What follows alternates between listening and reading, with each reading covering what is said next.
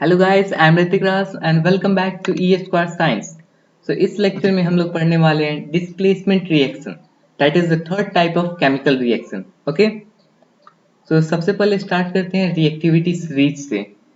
क्योंकि displacement reaction को समझने के लिए सबसे पहले हमको रिएक्टिविटी सीरीज पढ़ना होगा और इसे याद भी करना होगा। क्योंकि अगर आपने इसे याद नहीं करोगे तो आप ये डिसाइड नहीं कर पाओगे कि ये वाला जो केमिकल इक्वेशन है डिस्प्लेसमेंट रिएक्शन का वो वैलिड है भी या नहीं। ओके, तो सबसे पहले हमारा पोटेशियम जो कि बहुत ही ज़्यादा रिएक्टिव एलिमेंट है जिसका सिंबल के है। फिर सोडियम जो कि सेकेंड मोस्ट रिएक्टिव एलिमेंट है, Na। फिर calcium Ca, magnesium Mg, aluminium Al, carbon C, zinc Zn, iron Fe, tin Sn, lead Pb, hydrogen H, copper Cu, silver Ag, gold Au, platinum Pt। ठीक है, platinum जो है सबसे ज्यादा least reactive element है। Okay, तो अगर तुम नीचे से ऊपर की ओर जाओगे तो तुम्हारा जो रिएक्टिविटी सीरीज है वो बढ़ते जाएगा। वो सबसे कम प्लैटिनम है, उससे ज्यादा रिएक्टिव गोल्ड है, उससे ज्यादा सिल्वर, फिर कॉपर, हाइड्रोजन, लीड, टीन, ऐसे करके तुम्हारा ऊपर की ओर बढ़ते जाएगा। रिएक्टिविटी तुम्हारा और ज्यादा बढ़ते जाएगा। लेकिन अगर तुम ऊपर से नीचे की ओर आते हो तो तुम्हारा जो रिएक्टिविटी है वो घटते जाएगा। ठीक है, रिएक्टिविटी ऑफ मेटल है वो घटते जाएगा। जैसे पोटेशियम है सबसे ज्यादा रिएक्टिव एलिमेंट है, उसके बाद सोडियम पोटेशियम से कम रिएक्टिव एलिमेंट है। ओके, तुम्हें इसे याद करना होगा, पहले सीरियली याद करना होगा ताकि तुम्हें पता चल सके कि कौन सा एलिमेंट किस एलिमेंट के कंपैरिजन में सबसे ज्यादा रिएक्टिव एलिमेंट है और कौन लेस्ट रिएक्टिव एलिमेंट है। ठीक है, सब स्टार्ट करते हैं डिस्प्लेसमेंट रिएक्शन।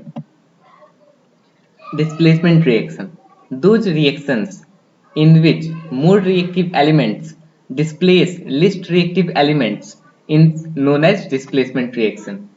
एक ऐसा रिएक्शन जिसमें जो मोर रिएक्टिव एलिमेंट है डिस्प्लेस कर देता है, हटा देता है लिस्ट रिएक्टिव एलिमेंट को, उसे हम डिस्प्लेसमेंट रिएक्शन कहते हैं। अभी मैंने बताया कि रिएक्टिविटी सीरीज बहुत ही इंपॉर्टेंट है डिस्प्लेसमेंट रिएक्शन को के लिए। ठीक है, तो इसे तुम याद कर लेना। और डिस्प्लेसमेंट रिएक्शन का फॉर्मेट होता है A plus B C, arrow AC plus B. यानी कि A हम किसी एक एलिमेंट को रिप्रेजेंट कर रहे हैं, पर अब BC जो है वो हम किसी कंपाउंड को रिप्रेजेंट कर रहे हैं। डिस्प्लेसमेंट रिएक्शन जब भी होगा तो एक एलिमेंट और एक कंपाउंड के बीच में ही होगा। ठीक है, अब ये एलिमेंट इससे B के साथ कंपैरिजन अपना करेगा कि B इससे लेस रिएक्टिव है या फिर ज्यादा रिएक्टिव है। C से इसे कोई मतलब नहीं है। ठीक है, A को C से कोई मतलब नहीं है, A को सिर्फ इतना जानना है कि B इससे ज्यादा रिएक्टिव है या इससे कम रिएक्टिव है।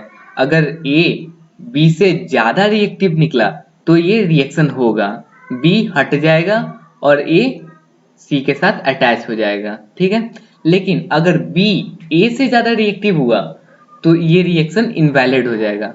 ओके, तो आप कुछ अब एग्जांपल्स देख लेते हैं। Fe यानी कि आयरन अगर कॉपर सल्फेट से रिएक्ट करता है तो आयरन सल्फेट प्लस कॉपर बनाता है। ठीक है, यहाँ भी देखो आयरन आयरन जब किससे रिएक्ट कर रहा है CuSO4 यानी कि कॉपर सल्फेट से। अब यहाँ देखो आयरन और Cu। अब चलो तुम रिएक्टिविटी सीरीज में।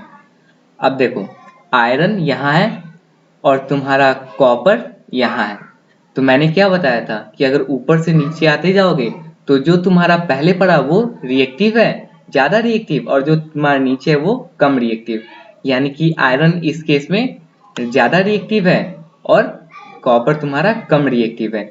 इसीलिए जो तुम्हारा ये रिएक्शन है वो वैलिड होगा और आयरन कॉपर को हटा देगा और सल्फेट के साथ खुद अटैच हो जाएगा। ठीक है, और कॉपर बेचारा अकेले आ जाएगा। ओके, वैसे ही अगर जिंक में देखा जाए एक और रिएक्शन में, तो जिंक कॉपर सल्फेट से रिएक्ट करके जिंक सल्फेट प्लस कॉपर बनाएगा।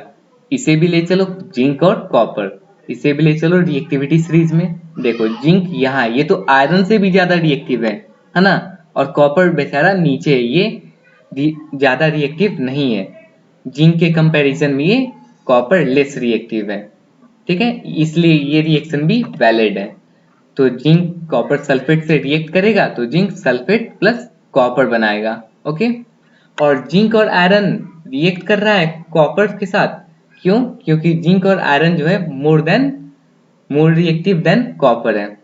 कॉपर सल्फेट के साथ आयरन और जिंक इसलिए रिएक्ट कर रहा है क्योंकि जो आयरन और जिंक है वो कॉपर यानी कि जो इस कंपाउंड का फर्स्ट एलिमेंट है उससे ज्यादा रिएक्टिव है, मोर रिएक्टिव एलिमेंट है, ओके। सो गाइस यहाँ पे हमने डिस्प्लेसमेंट रिएक्शन को कवर कर लिया है। अगर आपको ये वीडियो अच्छा लगा हो तो लाइक कर दो, और अगर आपने इस चैनल को अभी तक सब्सक्राइब नहीं किया है तो कर दो, और इस वीडियो को जितना शेयर कर सकते हो उतना कर दो, okay guys. So see you in the next lecture, bye bye.